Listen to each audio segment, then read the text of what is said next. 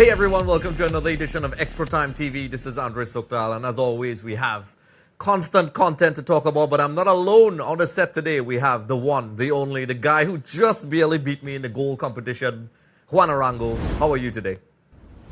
Yeah, and I went easy on you on that one too. And on top of that, I gave you like about a 7-second head start. My gosh. Oh my gosh, we're going to have a rematch one of these days. I will train, and I'll have a Rocky montage, and I will go running up and down the stadium, which serves no apparent purpose. It's like when Usain Bolt gives you about a 7-second head start, he still beats you. That's kind of the same thing. Yeah, I know. I'm going to have to work on this. I'm going to go in the high altitude of La Paz and train. I don't know if that's going to help in any way whatsoever, but I will try. I heard works. So maybe that. I'm going to spend some time in the Bombonera as well and practice my goal stuff. And have a wonderful montage we'll put on social media. All right, sounds good. Yes. I know Bredos isn't going to beat me, so don't even go there. All right, Max, gauntlet dropped. Come out of the shadows and accept that challenge. No. Come it's on, not Max. A challenge. I mean, it's like a nail challenging a hammer, ladies. Oh my gosh, it's not a challenge. Oh my goodness, Max, you're gonna have to respond now. You're gonna have to respond.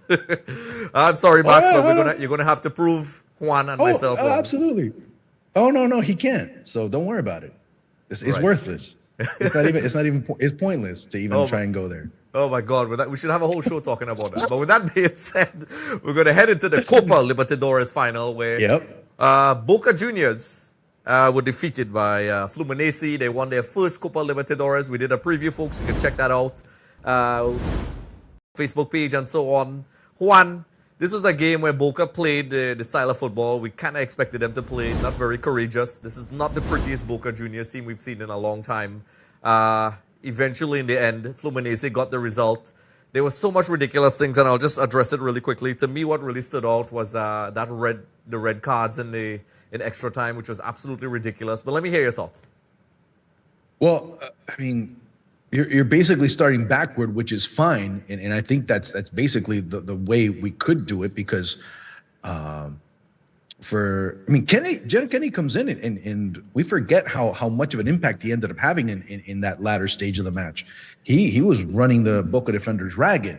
He was really causing a lot of problems defensively. Of course, that ball that comes in. Give a lot of credit to Keno, too, for him to be able to bring that ball down and leave it for Kennedy to be able to come in and just hit it with his laces and just absolutely hammer that. Nobody was going to get to that ball. It was just an amazing team goal, which basically Fluminense, based on how they played, had two very good team goals. I mean, remember I was talking about Hernan Cano and what he did. I mean, Hernan Cano, 35, finally reaffirms himself. To me, he'll probably end up being the South American Player of the Year. He has been, he's the leading goal scorer in Libertadores. He's the leading goal scorer, one of the leading goal scorers in Brazilian football. He's been one of the leading scorers in Brazilian football over the past few years.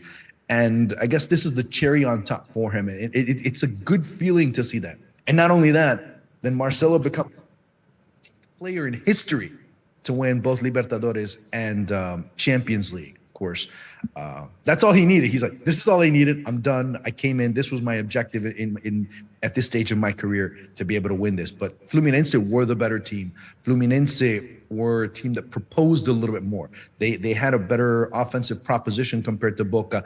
And at the same time, we saw a lot of players for Boca really not be up to snuff. I mean, I was extremely disappointed with Edison Cavani. I was extremely disappointed, obviously, with Frank Fabra and the way he was sent off. I mean, it was a very selfish way to be able to do things. And on top of that, seeing how other players played as well, Luis Advíncula, Eki Fernandez, and their respective efforts were impressive. And, of course, Jorge Almiron, who ended up resigning on Sunday, I should say, late Sunday night, he ended up resigning. And now, by the way, there's rumors that he might be taking over Racing sometime this week. So, again, as soon as he ends up leaving, hey, but you know what? This is as far as I'm going to get. I have a good opportunity elsewhere. Let me leave while the going's good. Well, but then again, at the expense of Boca. Yep, this guy, we spoke about his style of football, and it's not. And, it sounds like I'm repeating myself. It's not the best Boca we've seen in years. But speaking about Cano, let's take a quick look at his individual stats. he has been amazing. The Argentine that plays for Fluminense, obviously he scored 1 goal. We look at his heat map. SofaScore provided us lovely data for us, gave him a 7.6 rating. I think he should get a little higher than that. And then his overall stats in the tournament itself. He has been very important for Fluminense. He has 12 goals and has been such an amazing player for Fluminense. So, we addressed how important he was and the nonsense that took place on Boca Juniors. Do you think, what do you think about him overall in terms of maybe taking a jump back to Argentina? Some people were talking about that in some of my forums. What do you think about that? But why? Why would he? So people understand the reason why many players are not going to Argentina is more economic than anything else. And you see the economic impact being that difference.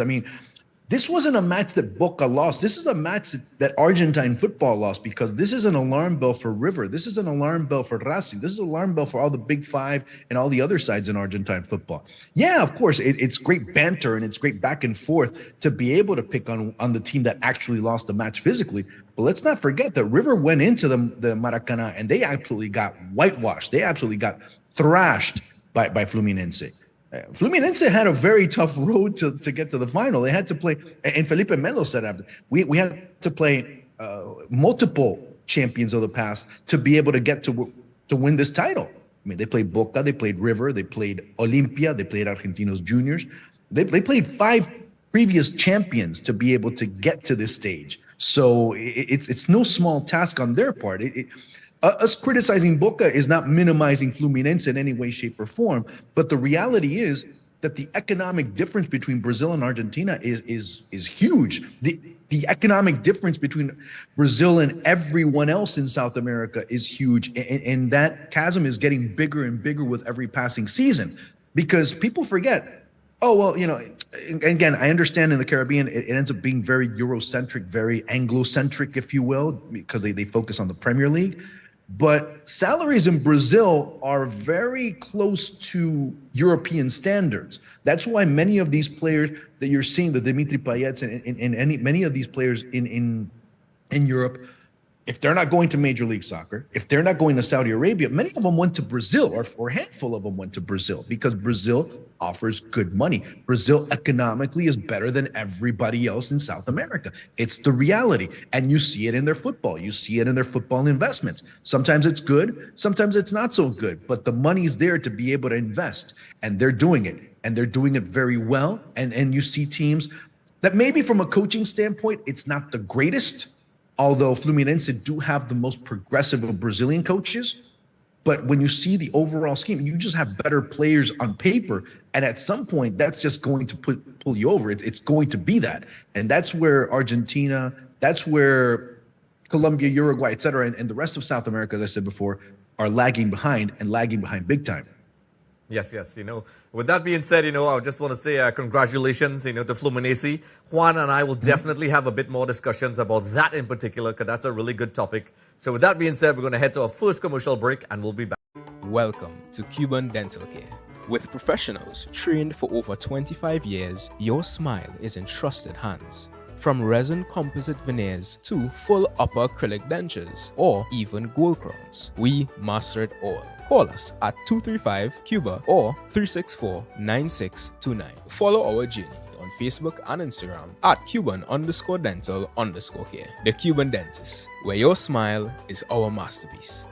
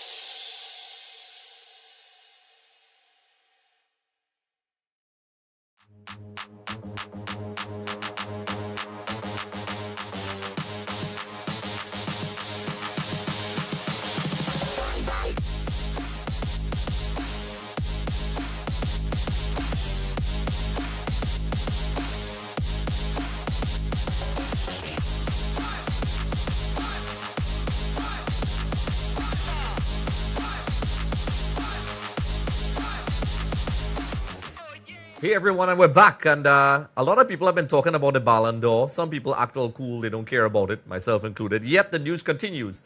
At the Ballon d'Or ceremony, Dibu Martinez was booed while entering the ceremony and also at the actual ceremony. So we can take a quick look at that. We found it somewhere online. We have a couple seconds of assume it's French fans here. We can take a quick look.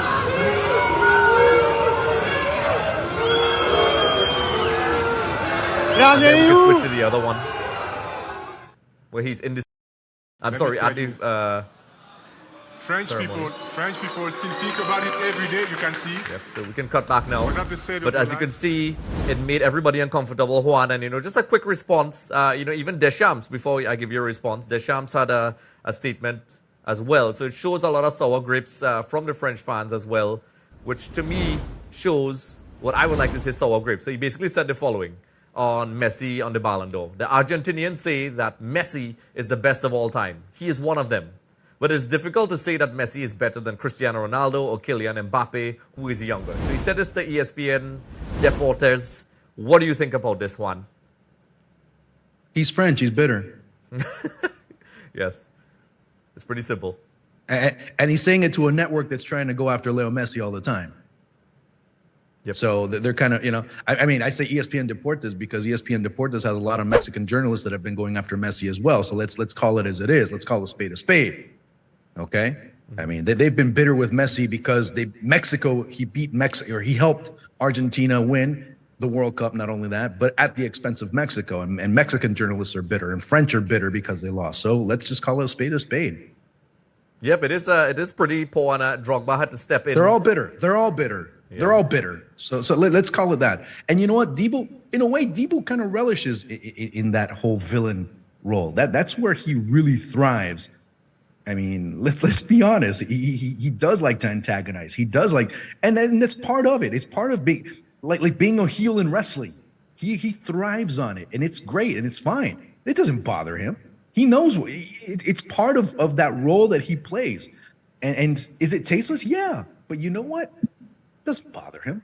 I think it bothered people. I think it bothered people on social media more than it bothered him. He's like, okay, fine, whatever, screw it. And that's what I love, and this is why I'm going to put this up, the response from Dibu Martinez himself. And this just shows Put the part exactly what with you're ESPN saying. too, because they've actually gone after Messi incessantly, be it the World Cup, be it PSG, and even his time at Inter Miami. Every time something would happen where he's in, ESPN's gone after him. Yep. But then again, there's other reasons for that. So I'll let that go. Yes, we'll definitely talk about that more. Let's read out what Dibu Martinez had to say, which is brilliant. Because he doesn't care. It is normal winning a World Cup against France and having the event in France. It's normal, and I accept it as a professional. Maybe if a French player goes to Argentina, the reception is the same. And before we go to the commercial break, I think that's a typical Dibu response. I love Dibu. He doesn't care. And I think that's the best way to respond to what I see as sour grapes. Yeah. Him and Leo, him and Messi didn't get the warmest of receptions in Paris. But then again, we know how it is in France. We know how Parisians are. Plain and simple. Right. So with that being said, folks, let us know what you think when you scan the QR code. Let us know your thoughts about this, about the French being sour and so on. But we'll head to a commercial break and we will be back. Introducing Dr. Sanjay Gupta, a seasoned consultant cardiologist from York Teaching Hospital with 28 years of experience. Renowned for his expertise in cardiac imaging, with Dr. Gupta, heart health is at the heart of the conversation. New episodes every Monday, Wednesday, and Friday, 7:30 a.m. to 8 a.m. He is on a mission to demystify cardiology.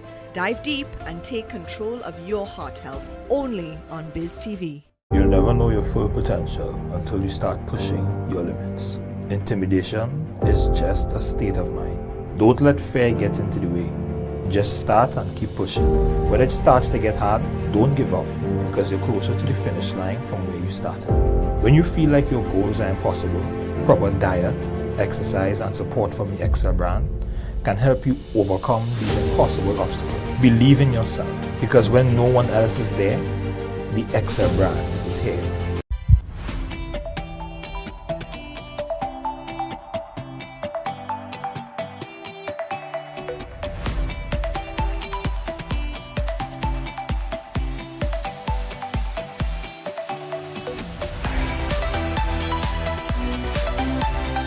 everyone, and we're back, and we're going to head to the EPL, where there was a lot of controversy over the weekend in the Arsenal versus Newcastle game. Arteta was very angry, and we're going to hear what, actually, I'm going to read what he has to say. So let's pull that up really quickly. He's a guy that generally is very chill.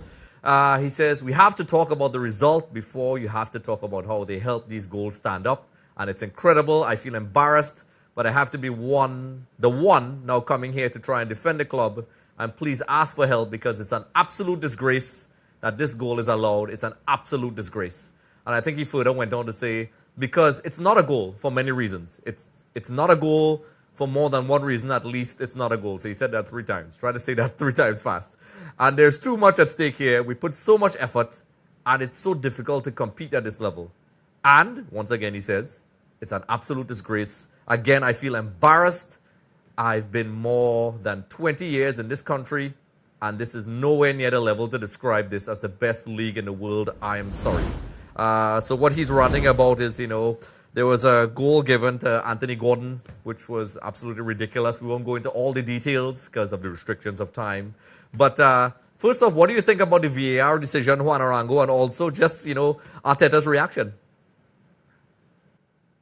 Look, I didn't see the match, so I wouldn't have 100% take, but from what I've been gathering from one of the commentators that did the game, and many of the others that saw it themselves at that moment, it's been the same problem that we've had with VAR all over. Look, to me, VAR is not the problem, because people confuse VAR with the refereeing. Correct. The thing is that VAR uncovered a lot of the deficiencies in refereeing in modern football. People say, they need VAR. Well, yeah, they do. But the problem is that all of a sudden you realize that referees don't understand. There's 20 million in different interpretations to a rule. So you get referee A, and referee A interprets that rule a certain way, but referee B ends up interpreting it a different way. And depending on who you have, it can be 2 different rulings, and it can be 2 different completely looked at situations at the same, in the same type of action. So it's endemic. It's not just the Premier League having this problem. It's various other leagues that have had this problem so far. This past weekend, there was a penalty that wasn't called in favor of Real Sociedad against Barcelona. There was another problem because Jules Koundé ended up committing a foul, and the referee says, no, he went for the ball. Although the player's leg was right in the middle between Koundé and the ball. So the intention was that he went for the ball, but the leg was in the middle.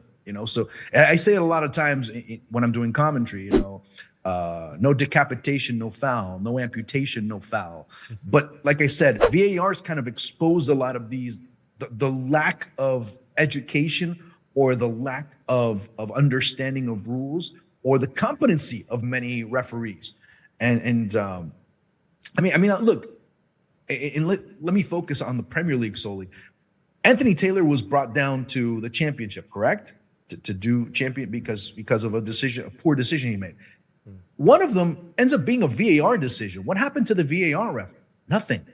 So again, it's kind of Howard Webb and the officiating association ends up being kind of talking out of both sides of their mouth. Yeah, the referee is the easiest target to go after, but what about the rest of the crew? Because a lot of times, assistant referees, because VAR is there, no longer believe that they have to do their own job. It's like, well, if I don't call the offside, VAR is going to bail me out, or if it's wrong, VAR will bail me out. That's what it ends up being. It ends up being this get out of jail card that VAR has become for referees, especially if they're not able to see certain things. I mean, we saw it in the Copa Lib final too. Was it a penalty? Was it not a penalty? That handball or not handball towards the end of the match. That ends up being the question. But like I said, it's not just the Premier League. It's endemic to refereeing everywhere, because when we get to the World Cup now, you start seeing the referees that end up getting called up being like, why? Him? What? Yep. Those are the questions that you end up asking yourself every time you see the list of referees from CONCACAF, from CONMEBOL, even from UEFA, that you end up saying, why did this referee get picked and not the other one? So it ends up being a lot of those factors put into place. Exactly. And, just to wrap things up, it reveals, as you rightfully said, an issue that has been taking place for a really long time, where it has showed the deficiencies these guys have, and people, because it's at all levels, where the interpretation and the people that are responsible, that sometimes the wrong people get punishment, and they need to take a harder look. I'm sure they are, but it keeps happening, and it is scary. And folks, you can scan the QR code that's going to be popping up all the time and let us know what you think about this decision. I know there's a lot of Arsenal fans in Trinidad and Tobago that are really angry, so you could let us know what you think in those comments, and you could win a chance to win a copy of EAFC. So with that being said, we're going to wrap up this topic, take a commercial break, and we'll be back.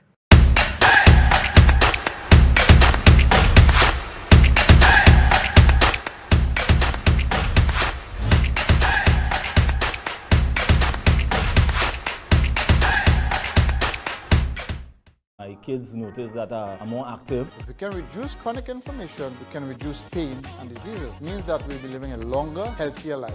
My wife actually have introduced it to her, and she uses it now. Yeah, she does see a difference using Omega XL. Stay strong.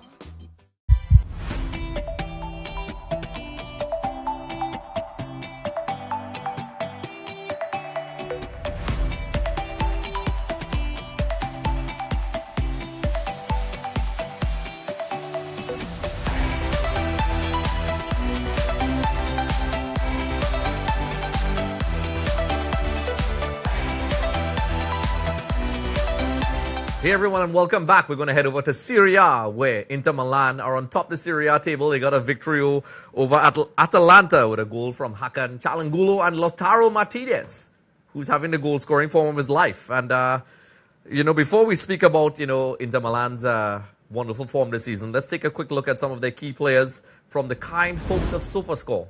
So they played this formation. Three at the back. It seems to be what is favored by Inzaghi, and I think this formation is really starting to work for them. Let's take a quick look at the individual stats of some of the players here. We have Lautaro Martinez, his overall form over the last 6 seasons. This guy's a goal-scoring machine. He currently has 16 goals. We're barely into this. 15 goals, and we're barely into the season. 16 matches, 15 goals. And, this is a guy that's not even the most, even from an Argentinian fan's perspective, where in the past, you had guys like Gabriel Batistuta and Hernan Crespo and even Sergio Aguero. But what I like about Lautaro Martinez is the stuff that he does off the ball. He's a guy that hustles, he wins. So, they're on top of the table now. Juan, what do you think about Inter Milan? Their chances they look like a team. And before I even ask your opinion, I'm going to pause. I'm pulling back. This is a team that has to be selling players. They have to sell players. They sold Lukaku. They brought him back. They got rid of Hakimi. They're not doing well financially, yet it seemed as if last year they got to the Champions League final. Yes. Then, they lost players again. And, Inzaghi has to get some credit for this. I wasn't his biggest fan, but they are doing great. Do you think that, what do you think is the reason for this? And do you think they could win the Scudetto this year? I mean, I'm glad you mentioned one point, because at some moment last year, many were asking for Simone Inzaghi's head. Yes, correct. Remember, let's start there. But it's been worked a little bit better. It's been more fine-tuned, and maybe having a healthier Lautaro Martinez helps out, because until this past summer, of course, remember he missed out on a couple of Argentine national team call-ups because he had surgery on his ankle, something that had been lagging for a good portion of last season. He ends up suffering in the World Cup. His form wasn't the best. His health wasn't the best during the World Cup, and it showed. Fortunately, at least they had some type of backup plan and an opportunity to let Julian Alvarez shine. But that in any way, that doesn't mean that he's not a good player. We knew that Lautaro Martinez coming into a tournament like this and being healthy was going to make a difference. And on top of that, having a healthy preseason and coming in the best manner possible ends up being a bigger and more notable type of thing. Obviously, you have a more solid base with Inter so far this year. You have a team that has been able to understand what Simone Inzaghi wants. And you start looking at more at the Dumfries. You start looking more at the Di Marcos out wide. And when those two players really are playing well and are able to serve and able to provide the strikers inside of the area, then you end up seeing a much more dynamic Inter. At times in those crucial matches last year, and I'll even add the City match, where was Dumfries? Where was Demonic? Where were those wide players that ended up making that difference? And of course, when you start looking at Nicolo Varela, when you start looking at what he was capable of doing in the midfield, you add that. And also, it's not them doing very well. It's Juve kind of not being able to totally find their way. They're recently righting the ship. Napoli doesn't come out with a very good start. Milan ends up struggling out of the gate. So right now at this stage, I mean, mind, we're only in November, but right now Inter look poised to be that front runner right now to win the Scudetto, at least in my opinion, if you ask me. Yeah, so one of my concerns with Inter Milan over the years is that they've always had a dip in form around the Christmas break. Something that they've managed to kind of work, do a workaround every couple of years. The last time they really did well with that is when Mourinho was there. He had a pretty good fitness program, clearly, because the injuries were minimal. But they always have a drop-off, and I would say it's always premature, especially with a team like Inter Milan and how crazy Serie A goes this time. But, last year Napoli ran away with the Serie A. This time around, it looks like, Inter Milan, for all their flaws, they do have a lot of flaws. I mean, they could do an entire show about the problems at Inter Milan and the financial situation and so on. But it seems as if, this is a guy, as you said, Inzaghi deserves a lot of credit because this is a team that, does have all the reasons to flounder and fail, but they do seem to, compensate for that with a lot of character and, even at that Manchester City game last year. So, with that being said, we're going to take a quick look at the Serie A table or where they are right now. And, obviously they're at the top. Juventus is behind. It's still pretty close. And that's the thing about Serie A. A lot of people don't talk about this. It's just 2 points. A lot could happen. Just a couple draws and all of a sudden, Milan could easily be back in there. And Juventus, Napoli's not that far behind, unlike last year. So I would say safely for Inter Milan to really say that they're Scudetto favorites. I think we should re-ask this question in January. What do you think? Just to end things off. Yeah, because we all know that historically, Juventus has started out slowly. Although the past couple of years, they start out slowly and remain slow. But when they're on, and you see a team that's slowly coming back to good form, despite having some important losses, you end up seeing a team that is coming back into their form, that is being able to be more consistent. And, well, when January, February hit, that's when they usually hit their stride and end up, not running away with it, but end up staving everybody off in a convincing manner. Yes. So with that being said, folks, we are restricted by the construct that is time that I'll always say. Juan Arango, it's an absolute pleasure to always have you here. We're going to have longer discussions with yourself and many others as well. Yes, Shaka Hislop, Thomas Rongan. And we're going to leave you all with a special surprise. That trailer for Next Goal Wins from Thomas Rongan. Hey everybody, Taika Waititi, me. Now if you don't know who I am, I can't do anything about that. That's just life. You don't have to. All right, I'm a filmmaker. I made films like Jojo Rabbit, Hunt for the Wilder People, the Thor films. You know those films, surely. You love Chris just as much as I do. Admit it. Anyway, I've made a new film called Next Goal Wins, and it's an uplifting, true story about a football team with a dream. And I'm here to show you a trailer for it. And the trailer, thank God, is shorter than my introduction to the trailer. This is like a trailer to a trailer. It's known as the beautiful game. But let's face it, it's a complicated game, guys. Soccer, as you like to call it, is like life. Next season, I think we have a real shot. I'm sorry, Thomas, did nobody tell you? You're fired. Good news is, you got 2 options. Option 1, that's where you're currently at. Or American Samoa.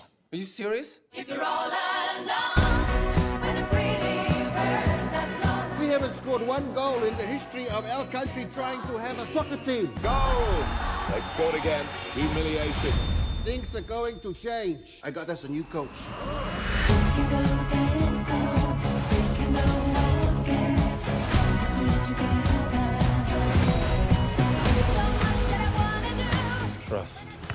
Trust, okay, trust. Oh, that's it, don't touch me. Trust is broken. What we want is just 1 goal. 1 goal.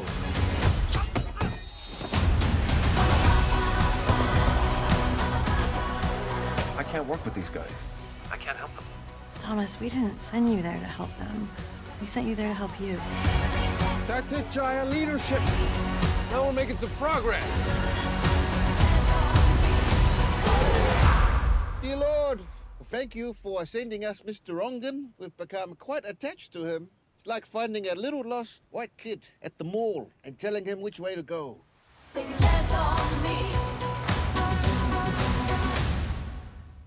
And that was the trailer. How painless was that? And the film, I promise you, is even less painless. So go see Next Goal Wins on the big screen.